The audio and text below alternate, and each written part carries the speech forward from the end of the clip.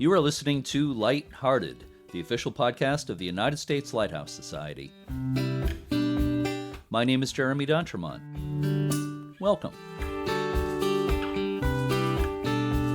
Today is January 14th, 2024, and this is episode 260 of Lighthearted. Joining me today as co-host is Cindy Johnson, award-winning volunteer for Friends of Portsmouth Harbor Lighthouses. Hi, Cindy, and Happy New Year. Hi, Jeremy. Happy New Year, everyone. Thank you for co-hosting today, as you have done well over 100 times. I don't know the exact count, but I know it's way over 100 since this podcast was launched back in June 2019. As I mentioned recently, when our friend Michelle was co-hosting, you and Michelle and everyone who has co-hosted have done this as volunteers. And I just want to say how much I appreciate that. Thank you so much. Oh, well, you're very welcome. Thank you for including me in the podcast. I'm happy to be part of what I'm going to call our little corner of lighthouse preservation. That's a really nice way of putting it. So, again, I really do appreciate everything you and Michelle do. And I'm amazed that we're getting towards 300 episodes of this thing, to be honest. Well, and when you said June 2019... That was where the number of episodes didn't surprise me so much, but the time frame, wow. Right. We'll have to do something special for our 5th year anniversary coming up in a few months. In June. Yeah, for Definitely. Sure. I've got some ideas. We'll talk about that later. Moving along, we have 2 very interesting interviews today. In a few minutes, we'll hear a conversation with Julie Barrow about the upcoming restoration at Pigeon Point Lighthouse in California, and then we'll have a special Be a Lighthouse segment. But first, has anything lighthouse-related happened on this date in history? Yes. On January 14th, 1843, Josephine McWilliams Freeman was born in Maryland. When she was 7 years old, her parents sold some of their property to the federal government for the establishment of the Blackistone Lighthouse. Josephine's brother and their father served as keepers for a combined 18 years, while Josephine married and had 4 children. In 1876, Josephine was appointed keeper at $520 per year. She went on to serve 36 years as keeper of the Blackistone Lighthouse, and she was succeeded by her son when she died at the age of 69. You know, there were family dynasties of keepers at some other lighthouses, but there weren't many where members of the same family were in charge for well over a half century. I think that's pretty unusual. Josephine and her family survived on her salary for all those years. Her husband hunted, fished, gardened, raised cows, hogs, chickens, and turkeys. Josephine, her daughters, and a housekeeper all made their own clothes, sheets, and curtains. The old Blackistone Lighthouse was destroyed by accident in 1956 when a shell from a nearby Navy facility exploded and set it on fire. But a replica of the lighthouse was completed in 2008, and the St. Clements Island Museum runs tours there. Yeah, I'm actually planning a trip down that way this spring. I hope I might get out to that replica lighthouse. It's not one I've seen yet. Hope to make it there. So let's go ahead and introduce our first interview for today. So please help me out, Cindy. Sure, Jeremy.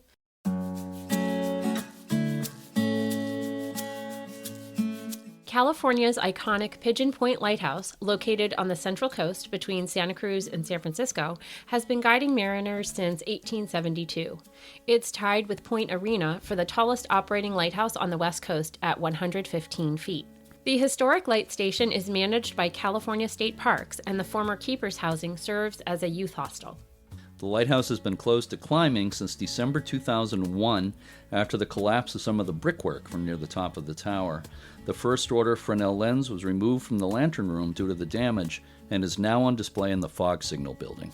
California State Parks recently announced an upcoming $16 million restoration of the lighthouse, which is beginning early this year.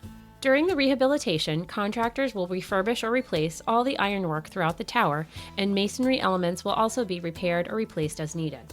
Julie Barrow is the Special Projects Coordinator at Pigeon Point Light Station State Historic Park. She was my guide when I visited Pigeon Point in the spring of 2015, and it was great to talk with her again to get an update on the exciting things that are happening there. So let's listen to my conversation with Julie Barrow now.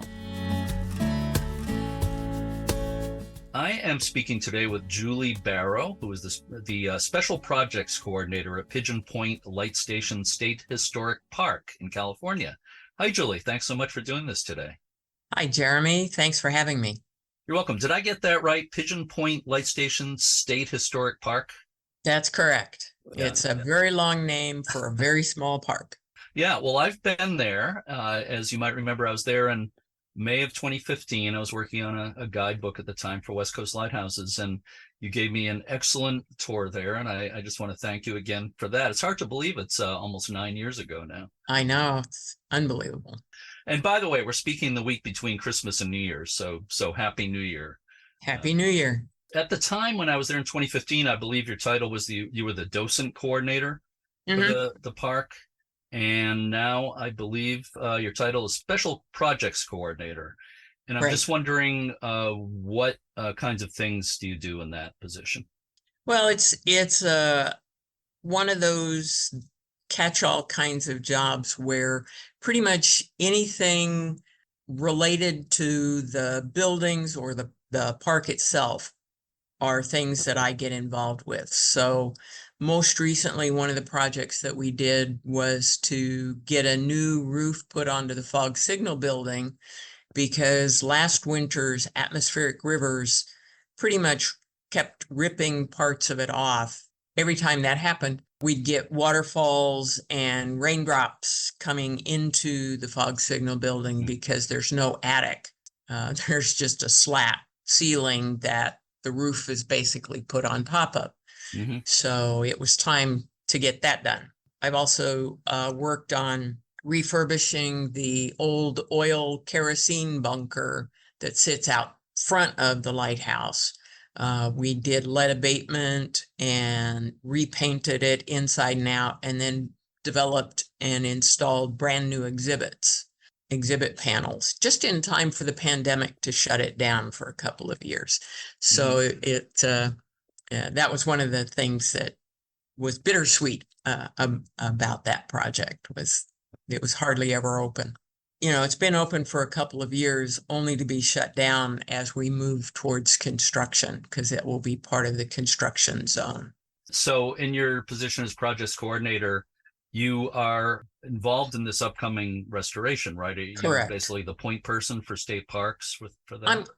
I'm the kind of on the ground person. My boss, who is a senior Parks and Recreation specialist for the Santa Cruz District of California State Parks, is the primary point person. And because she handles a variety of parks and all of the facilities and construction that may be going on at those parks, I'm kind of her right-hand person at Pigeon Point. I'm sure there'll be plenty to do once this work gets going. Absolutely. Yeah, you need somebody on the ground, like you say.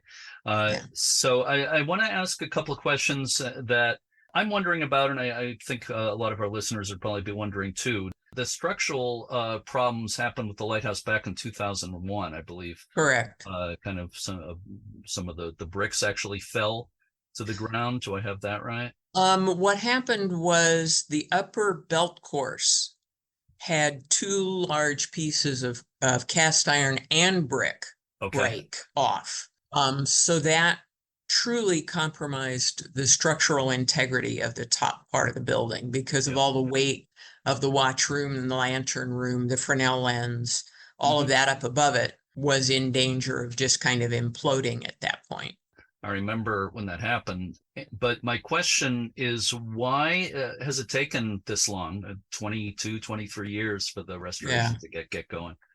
So you're right. The damage initially occurred right about this time of year, right between Christmas and New Year's of 2001, where these two big pieces, each weighing 300 to 400 pounds, came down. Coast Guard closed access to the building and fenced it off. At that point, somewhere in the next year or two, they decided to excess it, to basically get rid of it. And so there was a process through the National Park Service and Department of Interior to identify a nonprofit or state or local organization to take over the property. And since California State Parks had been operating under agreement with the Coast Guard since 1980 as a park, we were ultimately selected to receive the property. And that happened in the spring of 2005, I think, that they had the so-called conveyance ceremony. The property then had to go through a lengthy process of water rights, mineral rights, all of the stuff that would go on with title transfer. It also got caught up in the recession of 2007 through 9, where the state said, even though we're getting the property for free, we realize there's going to be maintenance costs and operational costs. So we're not accepting any land that has that kind of responsibility that comes with it. So it wasn't until 2011, I call it one of the world's longest escrows. It wasn't until the fall of 2011 that title fully transferred to the state. And very quickly, one of the first things that we did, we had been raising money through private donations with a couple of our partner nonprofit groups, California State Parks Foundation and Coastside State Parks Association. And we had raised sufficient funds to immediately bring the lens down and put it on display in our fog signal building, and to do some emergency stabilization around the upper part of the lighthouse, particularly that broken belt course. So we continued to try to raise the funds privately. The activity wasn't there. Lots of different reasons. The funding didn't come through, donation funding didn't come through. So ultimately in 2019, the state allocated about $9 million towards the project. So we thought, and we had been thinking we would do it in phases. So that $9 million was going to go towards the worst of the damage up at the top. So we started into that process. A year into that process, we were just about ready we just about had the bid package ready to go. And the huge wildfires that hit the San Francisco Bay Area hit in August of 2020. And one of those fires was called the CZU Lightning Complex Fire. Big name, big fire, that came within just a couple of miles of the park. So that stopped the process for a period of time. And because of that delay, the state was able to allocate an additional chunk of money that gave us what we needed to move forward with the project as a whole, which then complicated things because all the plans and everything had to be put back together. So that created some delays and a new review process. Yeah. So finally, here we are, and we have a contract signed, and work is scheduled to start in the next 2 weeks. So in early January of 2024. And we're very excited about that. I'll bet. Yeah, I'm excited too, and I'm on the other side of the country. It's great to see, and thanks for the rundown on that. And somebody once said Rome wasn't built in a day. So oh my gosh, it'll be worth waiting for sure. Another thing that I think people might wonder when they see news stories about this, and you just talked about it, the amount of money going into it, $16 million. Why so much money? Why so much money? Part of the reason is the kind of structural damage that occurred originally. This is a 115-foot structure. It's unreinforced brick and mortar. And as I mentioned earlier, the initial damage was the breaking away of big pieces of the cast iron upper belt course and brickwork. When the engineers did their assessments of the building, they also found that almost all of the exterior ironwork, particularly up at the top, was likely, at a minimum, needed refurbishment, but much of the upper two galleries were probably going to have to be fully replaced. At the time, there was some of the ironwork supporting the lower gallery they thought could be just refurbished. At this point, I don't know, but going on down the tower, the lower belt courses around the base of the tower are also going to have to be refurbished and or replaced. So that's ironwork on the exterior. Then you get into the brickwork, and certainly because of the 20+ year delay, the costs have gone up. The building has sustained repeated, frequent water intrusion. Over the years, we've done everything we can to kind of minimize that, to find all of the obvious leaks and holes to make sure that water doesn't get in there. But just the simple fact of the condensation, the salt air, has caused the brickwork and mortar to crumble, literally crumble. And so as you go down from the service room below the watchroom, you see the crumbling brick and mortar. And that has gone from probably 3 feet below that decking area, the service room decking area, down probably 15 feet, particularly on the southwest side, which is where the storms hit. And stress cracks have started to form as well in the interior brickwork. I think the exterior brickwork may be in better shape, but because I can't climb outside and look at it, I don't know.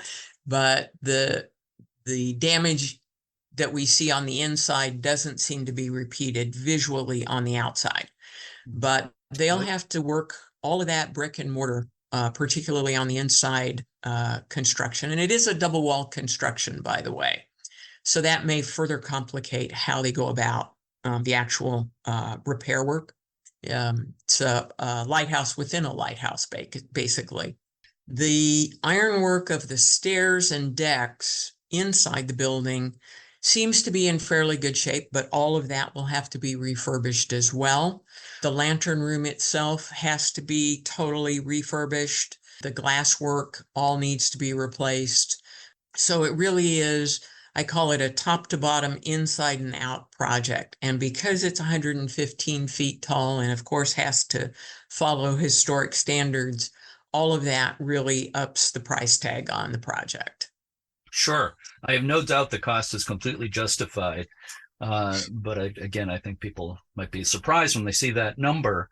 One of the reasons why the state of California is committed to restoring this lighthouse is because of its role in the maritime history of the state. It was one of the key areas as ships came by on their way to San Francisco. And not having that lighthouse during the gold rush, the beginning of the gold rush, was very detrimental to shipping. We lost a number of ships off that point. So getting that lighthouse established there was critical to the development of the state and the northern part of the state. Yeah, well, I'm glad you made that point. The thought occurred to me that it would probably be less expensive to build a new lighthouse, to build a replica of the lighthouse. I'm not saying that's a good idea. I think you're doing the right thing and restoring. And I also imagine that the materials that have to be used in this restoration have to be historically correct. You can't just use modern materials without approval. Right. That's right. So that's the expense as well, I'm sure. Certainly everything that is visible has to be of a historic nature in terms of the materials used. They will be using stainless steel and, possibly concrete inside the walls, but anything that's visible would be traditional construction materials. So they'll be doing some seismic work as well, which will probably be the stainless steel component, but that all has to be hidden. Interesting. So the ironwork, the visible ironwork on the outside will be iron. They'll actually use cast iron rather than steel. That's correct. That's my understanding. So you mentioned already the state funding. Is that entirely what's paying for this work, funding from the state?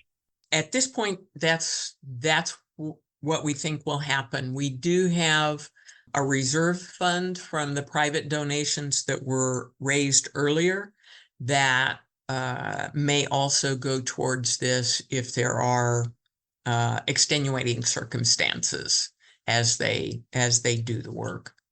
And when is the work scheduled to begin? And is there a timeline for how long it should all take? The construction is actually set to begin in early January. Last week, they came in and deployed the construction boxes, the storage containers, and the construction zone fencing. Over the next, they may even be moving some additional supplies and equipment in this week or next week, and then construction hopefully will begin January 8th. Mm-hmm. The project is scheduled to take approximately 2 years if all goes well. Okay. I know it's pretty hard to pinpoint a date 2 years from now. Like your kitchen project, you know. Oh, geez. We're hoping that won't go like that. Everybody's experienced things like that. Yeah. I hope not. So you just mentioned they bring materials and so forth. Who is they? Who's actually doing this work? So the general contractor is a company out of Moraga, California, which is in the San Francisco Bay Area, called Sustainable Group. And their CEO, Roger Weichel, is a retired Coast Guard officer whose primary role for much of his career was working with lighthouses and on lighthouses to refurbish them and such. And their subcontractor is ICC Commonwealth out of New York. Between those two companies, probably have the experience of working with almost 100 lighthouses around the United States and probably the world. So we're very, very pleased that we have this group on board to work the project. ICC Commonwealth had done some of the early stabilization work for the lighthouse. They were involved in bringing down the lens with a team of lampists. So they're very familiar with the lighthouse, and we're very fortunate to have both companies involved in this project. People might know ICC by their former name, International Chimney Corporation. Correct. I think they're under new management now, as I understand. That's my understanding. I think they've merged with some other companies. Mm-hmm. I don't know the exact history. But as International Chimney, of course, they also are responsible for the moving of several lighthouses. Incredible projects like Cape Hatteras in North Carolina, for one. And a few, and Gay Head. Gay Head, Martha's Vineyard, Sankaty Head, Nantucket, and some others. Absolutely incredible what they did I know they've worked on a lot of lighthouse restorations. Right. Various work like that over the years too. So when all this work is completed, approximately 2 years from now, will the tower be open for climbing? That's still under discussion. We need to work on some issues that have come up, so we don't know for sure. Mm-hmm. We are hopeful that it will be, but that remains to be seen. Sure, I can understand that. So we've talked a little bit about the lens, or you mentioned it earlier, the first order, incredible, beautiful first order Fresnel lens that was in the lighthouse was brought down, as you mentioned, and is on display in the fog signal building, right? Mm-hmm, that's correct. I was there, you showed it to me. People call them the jewels of the lighthouse. They're works of beautiful functional art, basically. They weren't meant to be artworks, but they are. They're so visually beautiful. Yes. So is there any plan to put the lens back on the tower? I know that's been talked about over the years. It's been talked about, and like climbing the tower, there are a variety of issues that still have to be worked out. If the lens does go back up, that will be a separate project from the restoration of the building itself. So it remains to be seen, but apparently there's hope that it can be put back. Yes. In. Yeah. The Coast Guard obviously doesn't own the lighthouse anymore. The California State Parks does. Coast Guard still maintains the aid to navigation. Is that correct? That's correct. Lighthouse? Yeah. Yes. So I imagine they will have a big say in whether the lens goes back in as well. Right. They currently operate an LED strobe on the upper outer balcony of the lighthouse. And by the way, it still produces one white flash every 10 seconds, just like the Fresnel lens did and every other automated beacon that's been at the lighthouse. So it was a rotating Fresnel lens? It is a rotating Fresnel lens. It has 24 vertical panels, produces 24 beams of light, and it's pretty spectacular. Yeah. If we can get it back there, we really are looking forward to re-upping periodic lightings. Like I say, Right. that remains to be seen because it is a priceless artifact. Yeah. And so there are questions of security, environmental controls, because it is now considered an artifact, regular maintenance, all of those things have to be taken into consideration in order to protect it, because we're very fortunate that all 1,008 pieces of glass are there. Mm-hmm. We have no missing pieces, though we have quite a bit of nicks and dings on the prisms, but they're all there. That is great. Obviously, that's not always the case. I know there's actually some out there that have had parts replaced, acrylic prisms and so forth. Right. So great to know that yours is intact. And of course, a rotating Fresnel lens is an incredible sight. The modern LEDs still do the job for the mariner. The light is maybe even seen as far out to sea and all that, but it's a flashing kind of cold light as opposed to the beautiful rotating warm light that a Fresnel lens projects. And I'll just mention that the Coast Guard, I don't want to speak for the Coast Guard, but they seem to be more open to this type of thing for putting Fresnel lenses back in lighthouses. Montauk, New York, is an example where just a few weeks ago, the historic Fresnel lens that was on display in their museum was put back in the lighthouse and is now the aid to navigation again. Right. So such things are happening. So I'm hopeful. Right. And we will be in consultation with the Coast Guard. One of the things that is somewhat unique about Pigeon Point is that when we received title for the light station itself, the property, and all of the buildings, including the tower, we also received title for the lens. So State of California actually owns the lens rather than the U.S. Coast Guard. That's important. And that's important, but it doesn't mean we won't be working hand in hand with the Coast Guard to make these decisions. Yeah. They certainly have a lot more experience than we in the state of California have with managing lenses. Yeah, and of course there's Lampus that would help with that too, as you well know. There's only 3 or 4 of them working. Yeah, if that. Yeah, there are only 3 still active that I'm aware of. Yeah. So hopefully they'll be around a while. Right. So back to the work in general over the next couple of years. As it's going on, as this construction rehabilitation work is actually happening, will the park remain open to the public? Yes, the park will remain open to the public. The grounds will be open daily from from 8 a.m. to sunset. The fog signal building where our visitor center is located and our park store will be open Friday through Monday, 10 to 4. The associated hostel on the lighthouse property is also open for overnight accommodations. Okay. So we're very excited about being able to keep the park open. Yeah. Hopefully people staying in the hostel will be early risers, because I imagine the contractors will be starting early in the morning. They usually do. Yeah. Yeah. But that's good to know that it still be open and people can still see that incredible lens.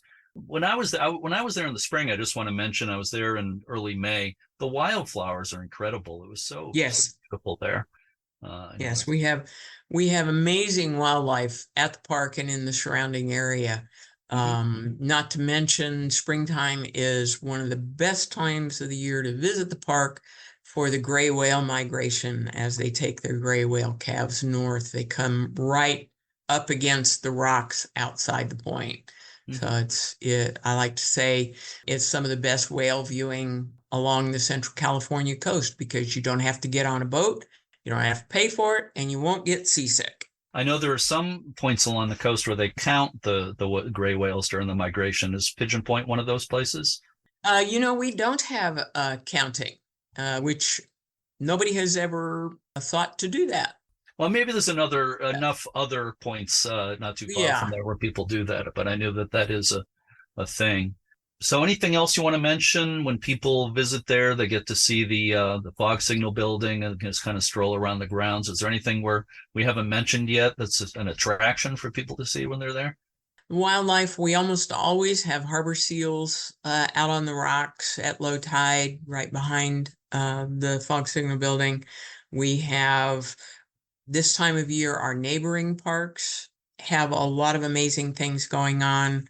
Año Nuevo State Park is about 5 miles south of us, where the northern elephant seal comes on shore to mate, and the wintertime is their pupping and mating season. So there's a lot of activity. We usually get 1 or 2 elephant seals on the beach down below the lighthouse. The pelicans going by are always amazing, as well as a variety of other birds. We have black oyster catchers, pigeon guillemots, lots of different gulls. It's just, there's always something different going on at the park. You can come back every day, whether you work there or you just like to visit, and there's always something different. Yeah. It's just a wonderful place to visit. Yes, and a lot of lighthouse lovers are also birders. There's two hobbies seem to intersect for a lot of people. Right. And I also, you mentioned the elephant seals. They're incredible. When I was out there, I saw them at Piedras Blancas along the beach there. And yeah, they're right up against the highway there. yeah. I'm walking down the sidewalk, and there's elephant seals maybe 10 feet away from me, belching. You're breaking the law there. Well, you're supposed to stay 25 tell feet that away. To the seals. Yeah. They come, like you said, they come close to the road. Maybe it was a little more than 10 feet, but the noises they make, and I got to say the smell was pretty incredible. But what an experience to see them up close. It's pretty amazing. Yeah. So a couple of years ago, 2022 was the 150th anniversary for the lighthouse. Correct.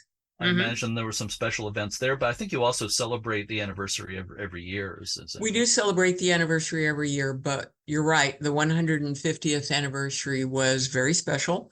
And we had a variety of activities that day. We had one of the biggest events that we had was a panel that we referred to as Lighthouse Luminaries that brought together 4 different people with a personal connection to the lighthouse. 2 were actual keepers, Coast Guard keepers on the property at different times. And 1 person was the great nephew of the longest serving keeper at the lighthouse in the 20s, 30s, early 40s.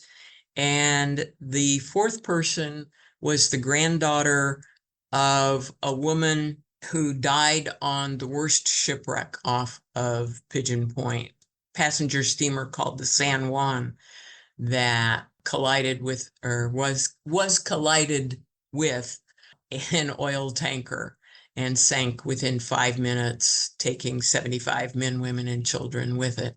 And that panel was moderated by maritime historian and author Joanne Simones, who's written a number of books about Pigeon Point and lighthouses along the Central California coast. And she brought these people together to talk about their connections to the lighthouse. So that was a very emotional time, funny and emotional, because some of the stories were about finding 9-foot tires on the beach from one of the most unusual wrecks, an experimental military vessel, amphibious vessel. And others were, as I say, very poignant about the loss of this woman's grandmother. What a great thing to bring in people who have that connection to the history of the place. That's so important. The human history obviously is the most interesting part of it all. Yeah, and the timing was perfect, I guess you would say. Perfect being somewhat relative, because the oldest member of the panel passed away a week after the anniversary. So we were very, very fortunate that he was able to participate. Yeah. Well, that's one of the big reasons why it's so important to, obviously, to record these things. None of us are around forever, so we've got to record it one way or another. So that's just Right. great that was done. So let me ask you, as we kind of wind down here today, well, the two-part question here, how long have you actually worked for state parks? And the second part of that question is, after all this time, how do you feel about restoration actually getting going here? Let me answer your question this way. I actually started volunteering at the lighthouse back in 1999 while I was still working full-time for the federal government. When I took early retirement from NOAA's National Marine Sanctuaries program in 2006, I was finishing up being the project manager for them on funding and developing the interpretive exhibits that are in the Fog Signal building now. And as we finished that up, my state counterpart said, "Hey, Julie, we've got a part-time job for you. Would you like it?" And I said, "Sure." So that was in 2007. I've been working for California State Parks since then, primarily working. I started out at Año Nuevo with the elephant seals, but shortly after that, they needed someone up at Pigeon Point. So my boss sent me up there, and I've been up there since 2009. So I've been associated with the park for almost 25 years now. I remember taking visitors up to the top and sharing that amazing experience with them. So I do hope we have that opportunity to do that. Fingers crossed. And I have to say, last week when I was out there and they were delivering the storage containers, I actually cried because I've waited so long for this to happen. It's an amazing period in the history of that lighthouse. And this restoration is likely to give it hopefully another 150 years. Well, I can completely understand having a lot of emotion seeing this actually becoming a reality. It is reality. Yes, it absolutely is. I have one final question for you for bonus points. And first, I didn't realize you were started as a volunteer there. So you have some history there for sure. What would you say is so special? What do you love most about Pigeon Point and its lighthouse? I think knowing the connection to California's maritime history is really important, and sharing that with the public. California's history tends, when you're learning California history in school, they tend to focus more on the mission system, the development of the mission system, which brought about the land-based development of California, and then the gold rush, and again, focusing landward, without taking into consideration how all those people got to the gold rush. So it's really wonderful to be able to share that part of the story. The other piece of it is the nature component, how wonderful it is out there. I mentioned earlier, there's always something different going on in terms of the wildlife, in terms of the weather. And again, sharing both the history of the park and the wildlife of the park with the visitors. And we get 200,000 visitors a year from all over the world. It's probably one of the most visited certainly lighthouses on the West Coast, and one of the most visited California state parks. So having the ability to share the wonder of parks with people is part of what makes it so special for me. I just love sharing that with people. Beautifully said.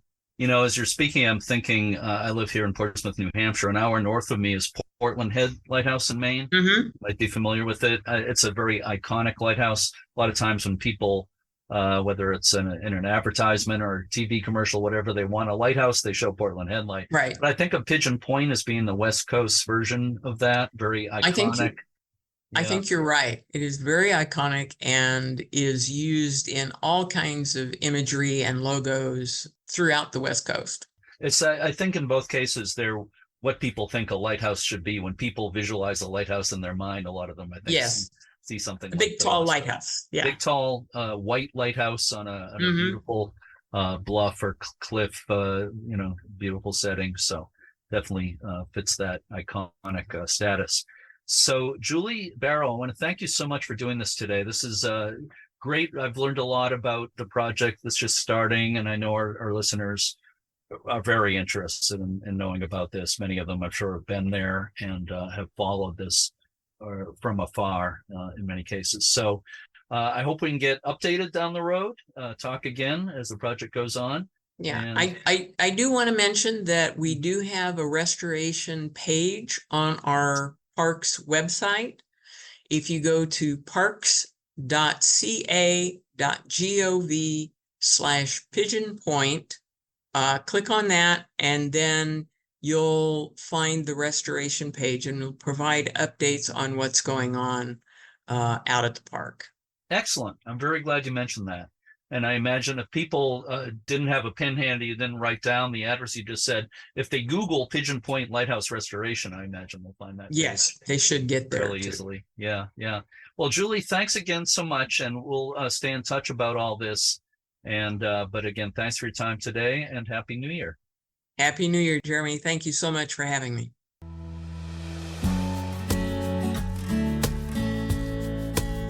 To learn more about Pigeon Point Lighthouse and the restoration that's getting underway, visit parks.ca.gov and search for Pigeon Point, or just do a Google search for Pigeon Point Lighthouse and the official site should come up first. There's information about visiting the park with links to a press release about the restoration and info about the youth hostel on the site. Every once in a while on this podcast, we do special segments I like to call Be a Lighthouse, about people doing good in the world. Cindy, please help me introduce our next segment. Sure. This past Christmas Day, a very special dinner was served on the second floor of the fire station in Ogunquit, Maine. This was the third year in a row that the Ogunquit Fire Department hosted a free community dinner on Christmas. Many of the guests at these dinners are people who would otherwise be alone for Christmas. I saw a news story about what they're doing in Ogunquit. I thought it was a great story, decided to feature it on this podcast. And then after that, I saw another news story about how the Ogunquit Fire Department is helping firefighters in Ukraine. I decided to interview the fire chief in Ogunquit, Russell Osgood. So let's listen to that now. I'm speaking with Russell Osgood, who is the fire chief in the beautiful community of Ogunquit, Maine. Chief Osgood, thanks so much for being with me today. I'm happy to be here. Thanks for having me. I really appreciate it. And Happy New Year, by the way, because we are speaking on January 2nd. You too. Thank you. So let's talk about this community dinner. I've seen some press coverage of this locally, and I find it just a wonderful thing and very, very intriguing. So I'd like to talk about it. What led to your first community dinner, first Christmas community dinner at the Ogunquit Fire Station, which I believe was in 2021? What led to that? Yeah, so I became the fire chief in May of 2021. Mm-hmm. And at that time, I retired from Portsmouth, New Hampshire, where I had been a firefighter and worked for the city for 26 years. And I did a lot of community work there through the fire department. And I always had in the back of my mind, I always had it was an interesting thing to on like a holiday on Christmas Day or Thanksgiving that, not everybody has a place to go. And I kind of recognized that through, working in public safety for a number of years that, we would go to calls where there was, just one person at the house and they didn't have any place to go. And Ogunquit's demographics are we're an older community. So my kids are grown, they're out of the house. We used to have every Christmas at my house and I'd cook a big meal for all of my family. And when the kids grow up and kind of went on their own way, they're working or, my daughter is a nurse and she works and her husband is a firefighter and he works. And so it was hard to get family back together. So I asked my wife, what do you think? Maybe we do a meal for the community in Ogunquit with the idea that we'd get, 8 or 10 people to come in, and it took off. Yeah. So you just kind of answered this question, but who comes to these dinners?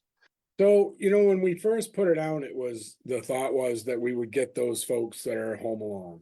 And that's really what we got. We got people that didn't have a lot of family, or family was away and not coming on Christmas Day, and they just needed a place to go, or they needed a meal. And that's what it was designed for. This year we had a whole host of people that, maybe don't have a lot of family in the area, but are going to do a family thing next week and just didn't want to be alone and wanted to be with people on Christmas Day, and to people that really, are food insecure and they needed it. It's a whole host of people. And the funny thing is it becomes a big family meal.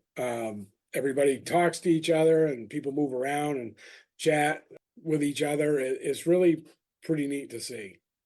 I'll bet. Yeah. And how many people came to this year's dinner? So we had 75 folks come this year. That's great. Is that the most yet? Yeah, that's By up far. there. I think the first year we had about 20. The second year we had somewhere, around 50 maybe. And this year definitely was the busiest. And we had leftover food too, which was I planned on 100, and I guess I planned on people eating a whole lot more because I had a lot of leftovers. So I've been eating turkey for the last week. There are worse things I can imagine. There are, yeah, it's good. We sent a lot of food home with folks too. So. Yeah. So obviously it's a turkey dinner. Who does all the cooking? So I try to do most of it. I have a great group of people that come. Steve and Donna Howe have been volunteers here at the Ogunquit Fire Department for decades, and they stepped up on year one and were here on Christmas. They were here the day before Christmas helping peel potatoes, and now it's become kind of a thing with them. So it's really Steve, Donna, and I that do a bulk of the prep and cooking. And then we have, the duty crew that is working. They lend a hand, setting up tables. My wife comes in and puts makes everything look good because I can't do that. Yeah, and then I come in, like for turkey, it's a little bit of a challenge because this year I cooked 6 turkeys. So I got ovens that I can put 3 in. So I had to do it in 2 batches. So, I was up pretty early in the morning. How early? Couple days. So I think the Christmas Eve day, I think I got in at 3 a.m. and I cooked a couple turkeys, and then we, cut them and put them in trays. And then Christmas morning, I think I was here at the station around 1 in the morning doing this, putting more turkeys in so they'd be ready and getting the potatoes started and all that. Believe it or not, to boil 25 pounds of potatoes, it takes a few minutes to heat up that big pot. More time than I imagined. I was just thinking, so you and Santa Claus are probably about the busiest guys at 1 a.m. on Christmas morning.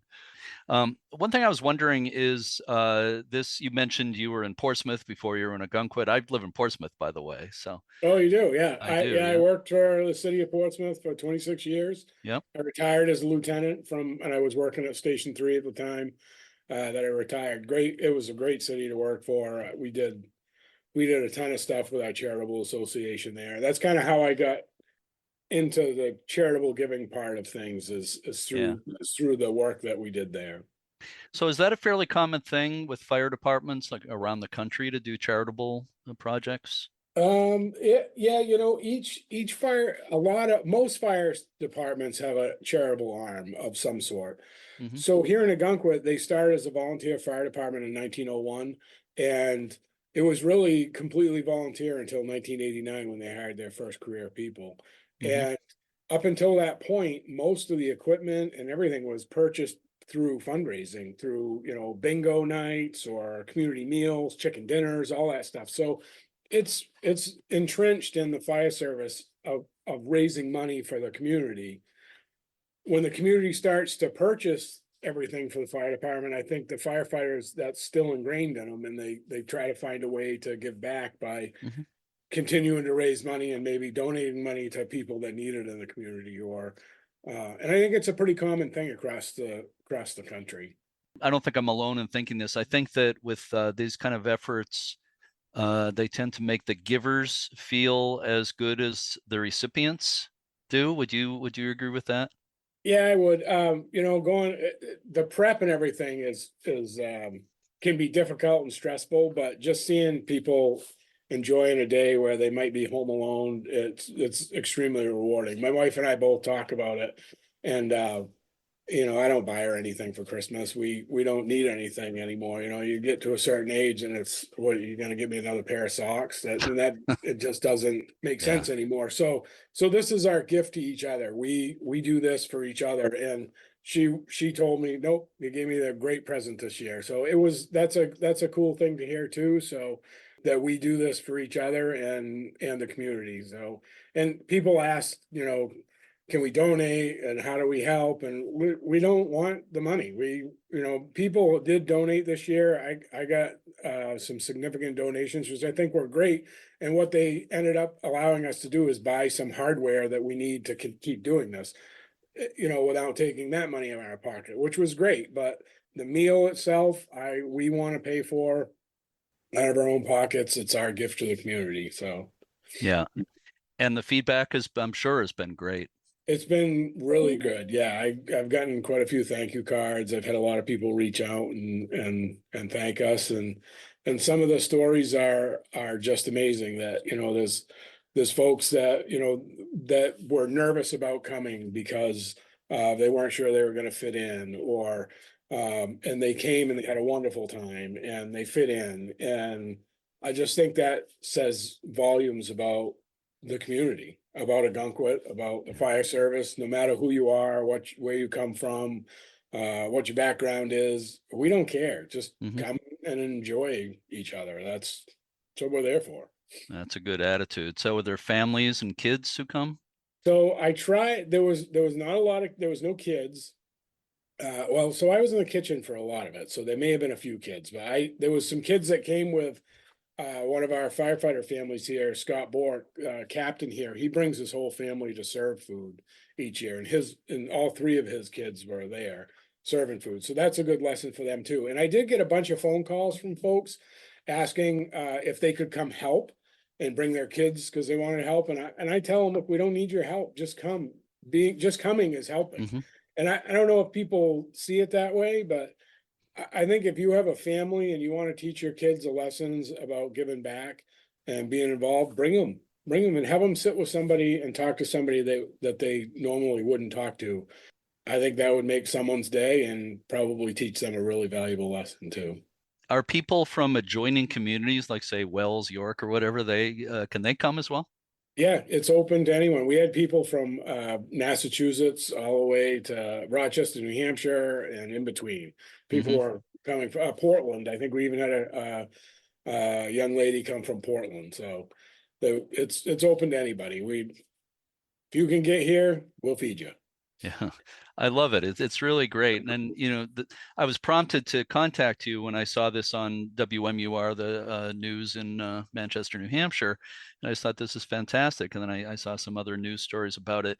But then just a few days ago, I caught another news story about another project of your fire department, which I think is also fantastic. And it relates to Ukraine. Can you tell me a little bit about that?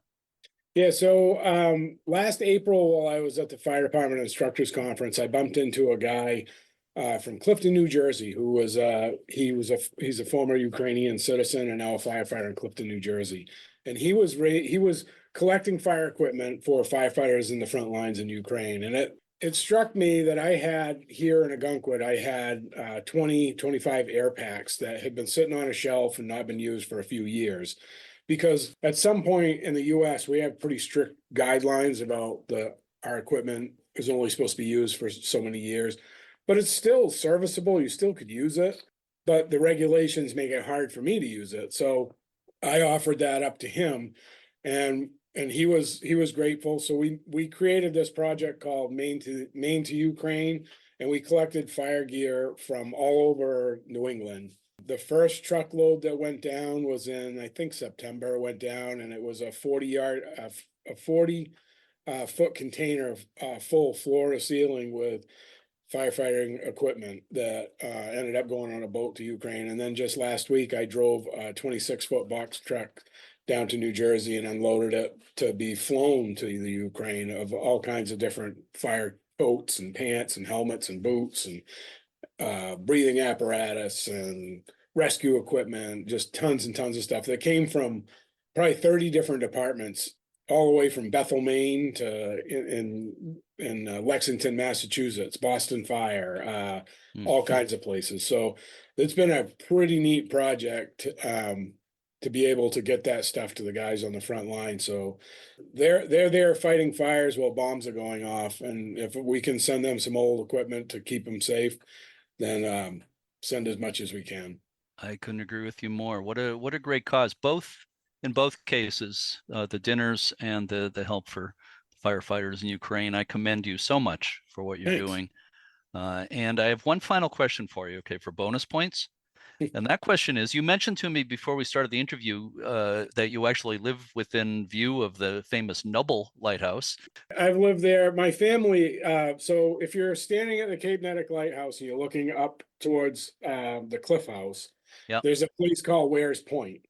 And it's kind of the mouth of the Cape Nettic River. And where I might be Russell Osgood, but my grandparents were Raymond and Iris Ware, which are the Ware family, and they settled Cape Nettic back in the 1600s. Wow. And so I live on the same land that they settled. So I live in my grandparents' house, and I can walk out on my lawn and look up and see the Cape Nettic Light Station anytime I want, or Noble Light. And speaking of lighthouses, my final question for bonus points is, I'm wondering if you have any comment about the symbolism of lighthouses, what you think lighthouses mean to people. Oh, so I love lighthouses. I think that they're beacons of hope. I think that's the biggest thing. They're a beacon of hope. And in the dark of the night, when a sailor was lost at sea, if they saw the flash of that light, they knew they could go towards it and eventually find land. It's always been my kind of take with a lighthouse, is that they are definitely beacons of hope. And this segment that we're doing here is what I call, it's a segment I do occasionally called Be a Lighthouse. And you are very much being a lighthouse in the community of Ogunquit and for the region. It's so, not just me. I'm speaking for a whole bunch of people. Yes. It's not me. It's my wife and my firefighters and the community. They're all a part of it. Absolutely. You're all a network of lighthouses, just like the real lighthouses. It takes more than one to navigate people safely through an area. So, yeah. So thank you so much, Chief Osgood. I really, really appreciate you taking the time to do this. And thank you again for everything you do, and Happy New Year. Thank you. Glad to be here.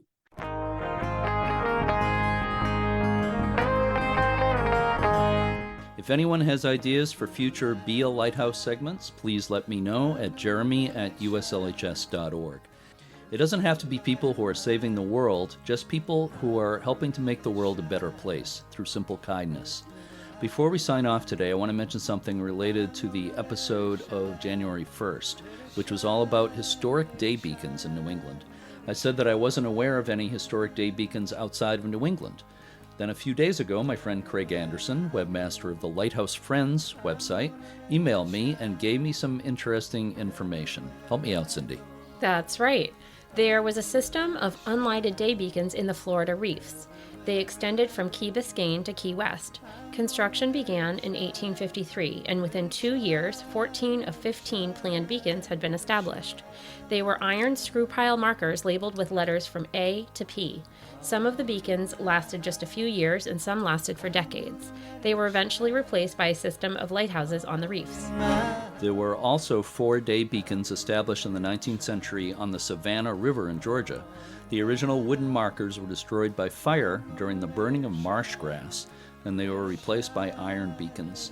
There was also an iron spindle day beacon established in 1872 at the entrance to the harbor of Crescent City, California. I'm sure there are others too, and maybe we'll hear from more people about these, but thanks again to Craig Anderson for all that information.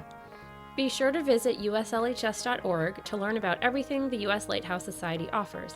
And if you listen using Apple Podcasts, please rate and review us. Do you have a New Year's quote, Cindy? I do.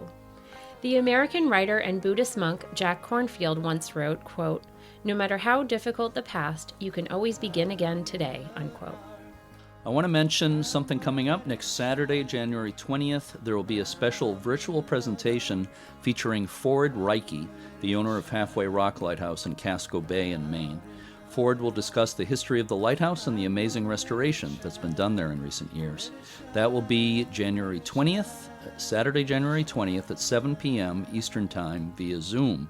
It's free to attend the event, but you need to register in advance. Just look at the U.S. Lighthouse Society's website at uslhs.org, and you'll see it on the front page under What's New. Next week's episode will feature an interview about Baker Island Lighthouse, the oldest light station in the Acadia region of Maine.